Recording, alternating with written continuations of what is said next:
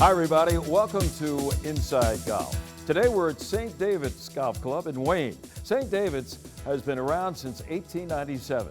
At least that's when the first meeting for prospective members was held. It began as a 9-hole golf course. One of the early members was George Crump. Yes, the same George Crump, credited with being the founder of Pine Valley. Over the last 125 years, St. David's has grown and it's changed.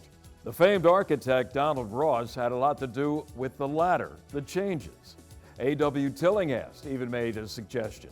And the most recent contribution, design-wise, came from Ron Pritchard.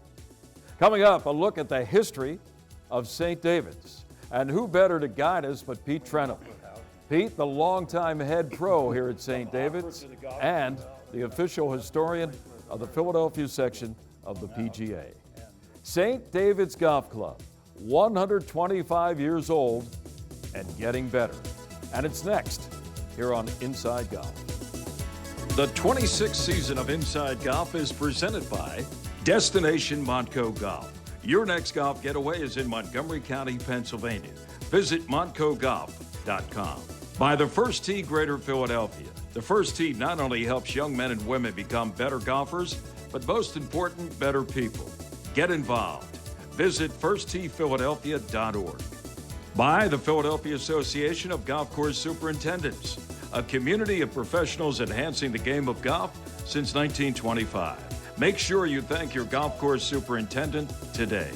By Gap, celebrating 125 years of amateur golf. By Jersey Man and Philly Man Magazine, a digital publication and private business network. Read the current issue free at jerseymanmagazine.com. By the Haverford Trust Company. For life's must-haves, there's Haverford. And by Inside Golf's partner since 1998, the Philadelphia PGA section, the experts in the game and business of golf. Golf is the great equalizer. For many, this journey is an escape from reality, a chance to be part of a team, a career opportunity. PGA Reach impacts lives through golf by lifting people up, giving them hope, and sending them down an alternate path that they never saw coming.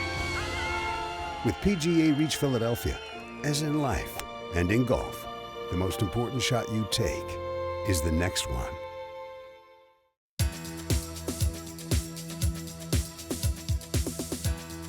Welcome back. Inside Golf continues now from this beautiful clubhouse at St. David's Golf Club in Wayne, Pennsylvania. Joining us, we have Joe Logan.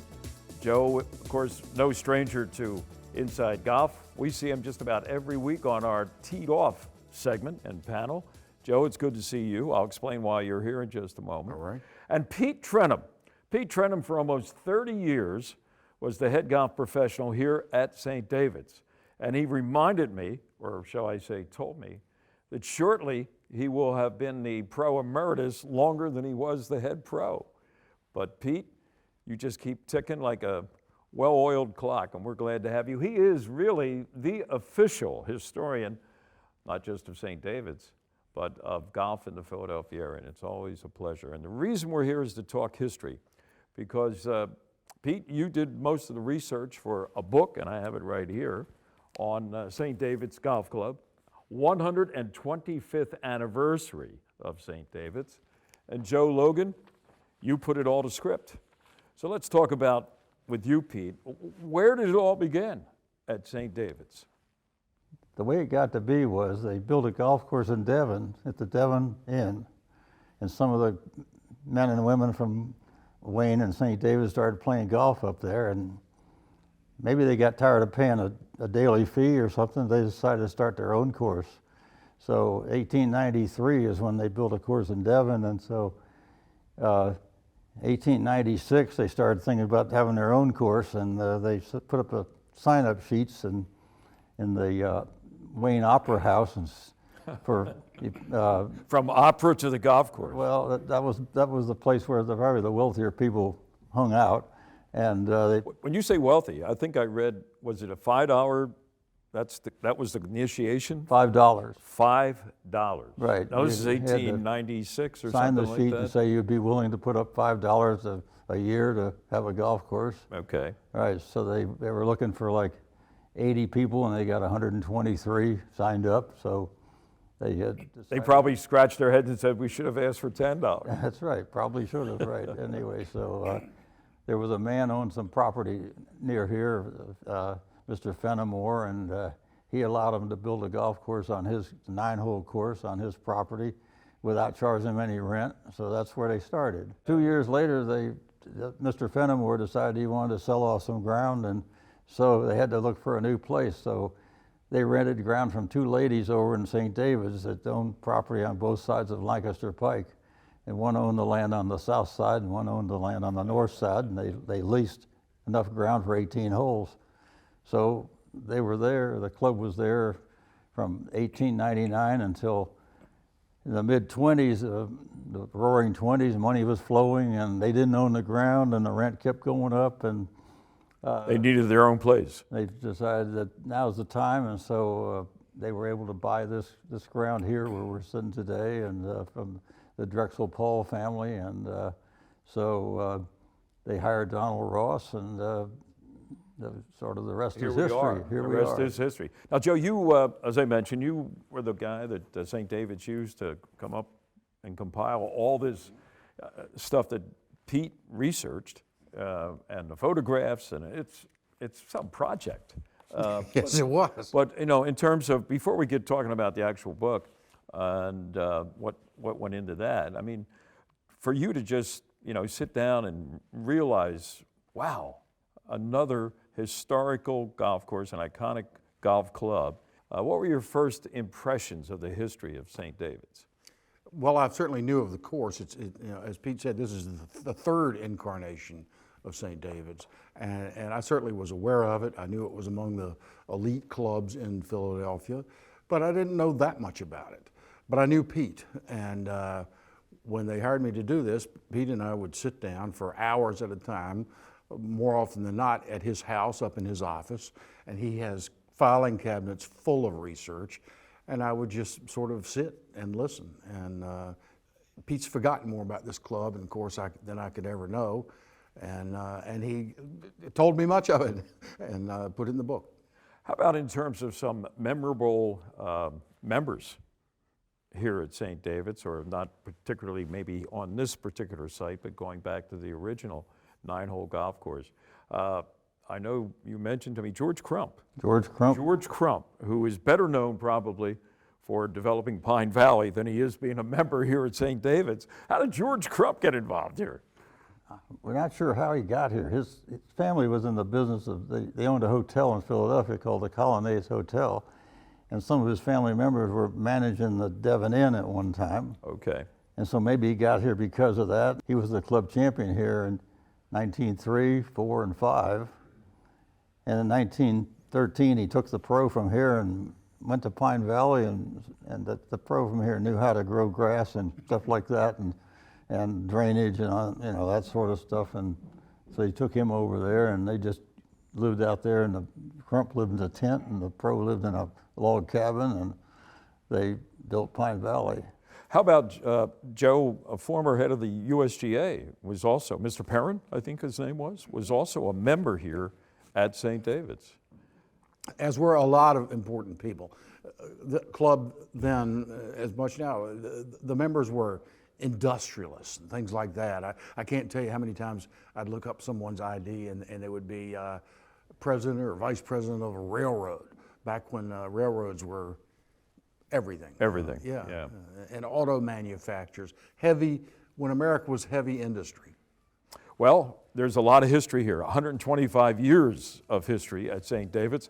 We're going to add to our list of panelists here to join Joe and Pete Trenham with the current president, Ken Jones. And we're going to talk about the 125th anniversary of this great golf club as they celebrated 125 years of history this past year. We'll be back with more of Inside Golf from St. David's in just a moment. So, what do you want to do today? Today, I want to run. I want to skate. Thank you. I want to see a show.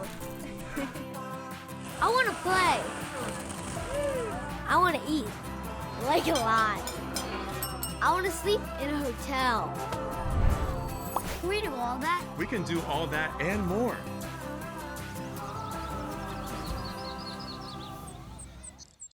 For over 2 decades, First Tee has created experiences that build character. We believe every kid deserves to feel supported, safe to try something new, and to be prepared for what comes next. We develop their swing, but more importantly, their inner strength. Because we know what's inside doesn't just count, it changes the game. Come join us at First Tee.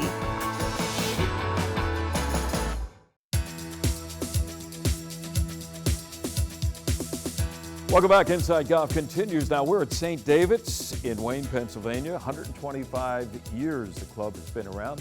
Not always at this location. This is the third location, but a lot of history. And joining our panel now is Ken Jones, who hasn't been around that long, but he has been the president here for a couple of years, longtime member before that. Ken, thanks for joining us. Thanks for having us. It's fun to be here, Harry. Let's pick up where we kind of left off, Ken, before you join us on the book and the history of it. Now, I know you weren't president when the idea was conceived, but maybe you could trace back to when that was. Sure, Harry. So I have to give a shout out to a member here. His name's Henry Hudson. He's been here since 1985. He said to me 6, 7, 8 years ago, you know, Pete Trenham has assembled a bunch of information about the club, and I think we should write a book. This is when I was maybe golf chair. I don't even remember. I said, yeah, Henry, go away. He came back to me again in like 2017 and said, Ken, you know, you really ought to look into this because of what Pete has assembled. So I said, okay. So I called up Pete Trenham, who I didn't know that well. Obviously, we knew one another, but I said, Pete, I understand you have all this information about St. David's. He says, I have it in folders, in boxes. I said, well, I'll come to your house. So I go to his house, and I was blown away as to how much information he had and how well organized it was. And after that, I said, yeah, I think we have enough information. I've never written a book before. Pete Trenham's never written a book before, but the two of us kind of joined hands and said, oh, let's see if we can get a book done. And then you were getting closer to the 125th anniversary. Well, so it's funny you say that, Harry. We started it in 2017, and we knew the next anniversary of the club was 2022. And Pete and I looked at one another and said, well, it'll never take us 5 years to write a book. Well, guess what? It took us 5 years to write a book, and this was published literally almost on the 125th anniversary of the club's existence. We went to the board, got financial backing, and got started. Joe, when you sit down to write a book, and you had the benefit of the premier historian in golf, Correct. Pete Trenham, how do you decide, well, this is important, this is nice, but I don't know if we can fit it into a book? Who makes that decision? Well, the three of us, basically. The first thing you do is break it up into chapters. And I remember one of the earliest meetings, we were going to meet to address that very topic, and Pete came in and laid on the table, he had sort of broken it down into what he thought would be good chapters, and Ken and I looked it over and went, and yeah, that's that very works. close to what the final chapters ended up being. And we tweaked We it. couldn't come up with anything better than chronological. Yeah. Right. It flows So chronologically. take it from A to B, and eventually you get down to X, Y, and When Z. you get to the later chapters, we talk about champions. The clubhouse, which the has only been clubhouse, we here have an not entire- even 20 years, We have an right? entire chapter on clubhouses. Is there on the whole history of Yep. demolition of the original clubhouse? We've had 3 clubhouses, right, Pete? Well, one of the best chapters of the book was a move that didn't happen. Please explain. Well, some members, the club was going to have to move, and they researched it and came up with what is now Golf Mills. And What years are we talking about here? 1916. 1916. So some members left here. some of the big, most important members, most influential members, and they selected it. But then the club in the end voted, we don't want to move. So those guys broke away and created Golf Mills, How about that? and this club continued on. How about that? A.W. Tillinghast, Pete, also kind of made a suggestion here, right? He was hired by, what was it, the USGA? The PGA. PGA of America, to go around and as a consultant, maybe suggest some changes. And one change that he made was not far from where we're sitting here at the clubhouse, overlooking, what, the 9th hole? He changed the 9th hole from a par 4 to a par 3. It used to be like the 10th hole at Marion. It was a sharp dog leg left, driving the pitch. And he said this would be a better par 3. So here we are now. Now we have back-to-back par 3s, the 9th hole and the 10th hole. And that's all the help he gave us, Harry. He said, I think this should be a par 3. Wrote us a letter and left.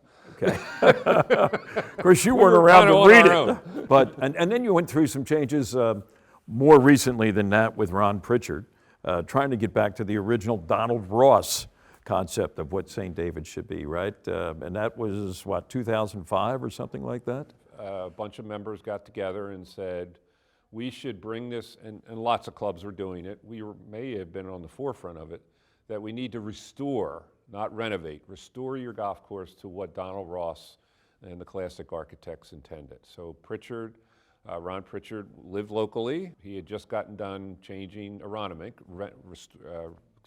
restoring Aronimink. So he certainly had the name brand. And we spent 10 years bringing the course back to the original Donald Ross. It meant moving bunkers, it meant taking a lot of trees down, and expanded tee boxes and things like that. So, well, it's been some history. We tried to summarize it here in half an hour, and I don't know if we covered all the bases or not, but thanks to you fellas, all three of you had major input into the book, and congratulations on the final product. We'll be back. Stay with us. More to come on Inside Golf. Up after the break will be our tee-off panel. For all these players. I always say, like, certain players should just cut a check every year to Tiger. Well, this is essentially that.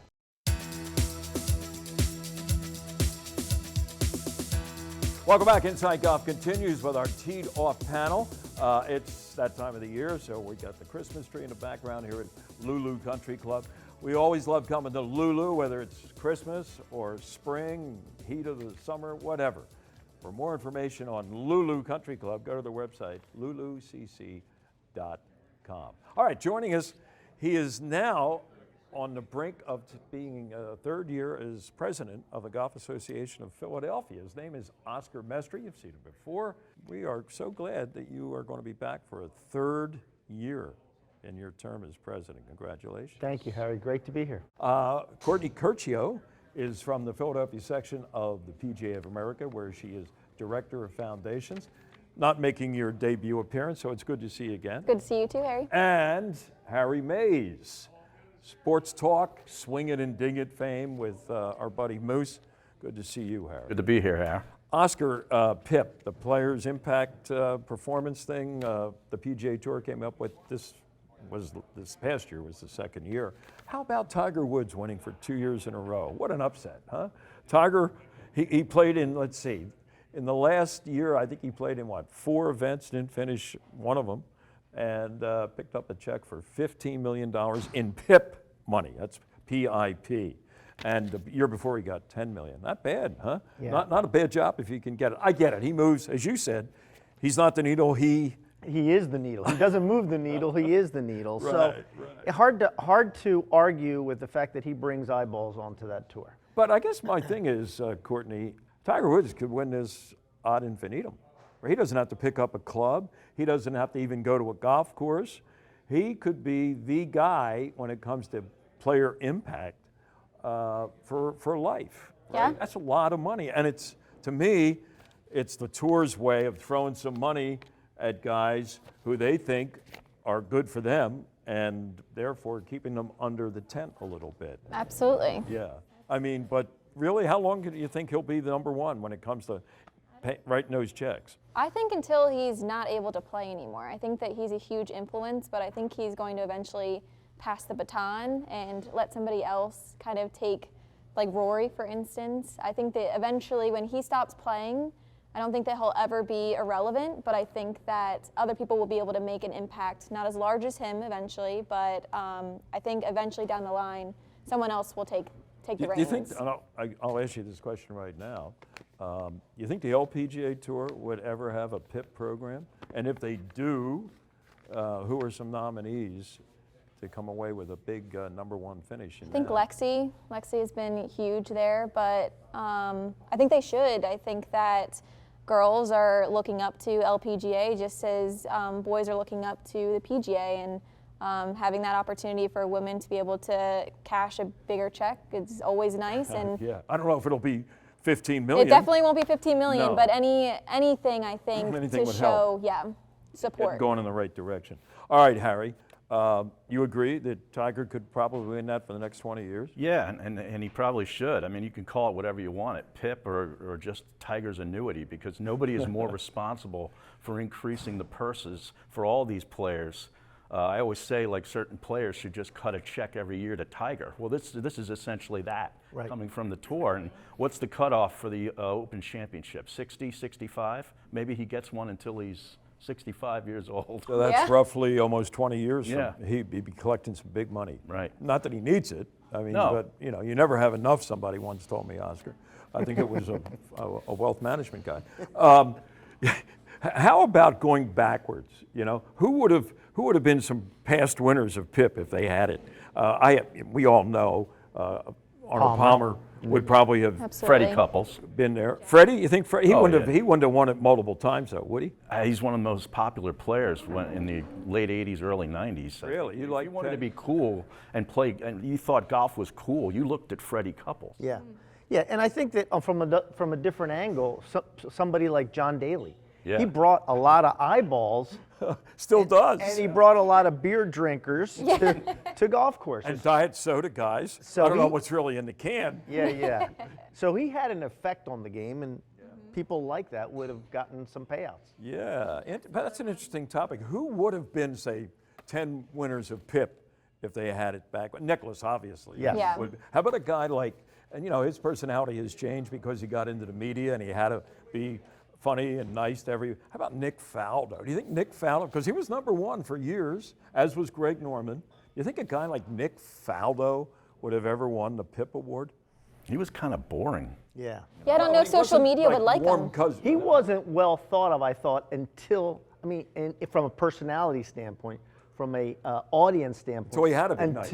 Until he joined the other side of the camera. Trevino. Trevino would have been a guy. Oh, Lee Trevino would have definitely moved the needle. I don't know if he would have been the needle. Arnie and Jack would have been the needle. But yeah. And Lee, he would have been a close third there. All right. Thank you, panel. We'll be back. More of Inside Golf coming up in just a moment. Designed by Donald Ross, Lulu Country Club is one of the premier private golf courses in Montgomery County. This classic 18-hole course boasts a new state-of-the-art clubhouse with many amenities for members to enjoy. Members are invited to play in events, tournaments, and enjoy guest privileges. For more information, contact membership at lulucc.com.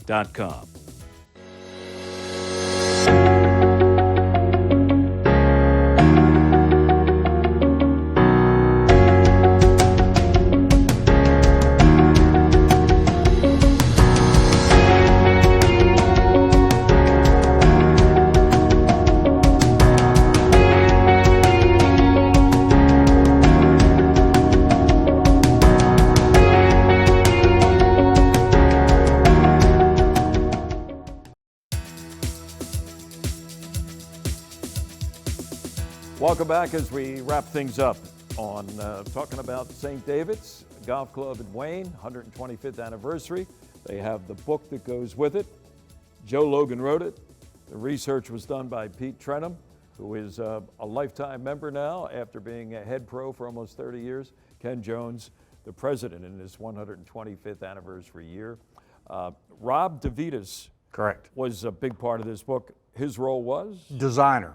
And then, the total look of the book. The cover, the paper, everything. And he is, for those of you who may have wondered, not only does he design books, but he also plays the role of Ben Franklin in Old City, Philadelphia occasionally, right? Yep. One thing that did not make the book was during the past summer, this 125th anniversary year, a plane actually landed on the golf course. Ken, you were here that day, right? Luckily, nobody sustained any serious injuries. It's almost like the miracle of the 15th hole. It's the miracle of St. David's Golf Club. I was here in a meeting. I was about 3:15 in the afternoon on June 1st, and I was interrupted in the meeting and said, Mr. Jones, a plane crashed on the golf course. Happens hardly ever, but Which is hard to believe, right? And as best we can determine, he ran out, his engine went out around Delaware, and he was trying to glide his way to Wings Field. And didn't make it, obviously. Brad, you made it to St. David's in the anniversary year, but as we mentioned, no serious injuries, and we can thank the good Lord for that. Golfers on the 15th tee, the lower tee. The plane crashed on the upper tee. There were golfers on the 14th green. There were golfers everywhere that day. It was a beautiful day. Took a couple days, you told me, to have the planes, what was left of it, removed, and you were back in action by the weekend. Gentlemen, thank you. Pete, Ken, Joe. The book, Harry. St. David's Golf Club, in its 125-year history. And there's a lot of history here at St. David's, from the members to the changes, and it's all here, undercover, finally. Thanks for joining us on Inside Golf. I'm Harry Donahue. And remember, no matter how bad it's going for you out there, even if you see a plane falling out of the sky, don't pick up. We'll see you next time here on Inside Golf. The 26th season of Inside Golf is presented by Destination Montco Golf. Your next golf getaway is in Montgomery County, Pennsylvania. Visit montcogolf.com. By the First Tee Greater Philadelphia. The First Tee not only helps young men and women become better golfers, but most important, better people. Get involved. Visit firstteephiladelphia.org. By the Philadelphia Association of Golf Course Superintendents, a community of professionals enhancing the game of golf since 1925. Make sure you thank your golf course superintendent today. By Gap, celebrating 125 years of amateur golf. By Jersey Man and Philly Man Magazine, a digital publication and private business network. Read the current issue free at jerseymanmagazine.com. By the Haverford Trust Company. For life's must-haves, there's Haverford. And by Inside Golf's partner since 1998, the Philadelphia PGA Section, the experts in the game and business of golf.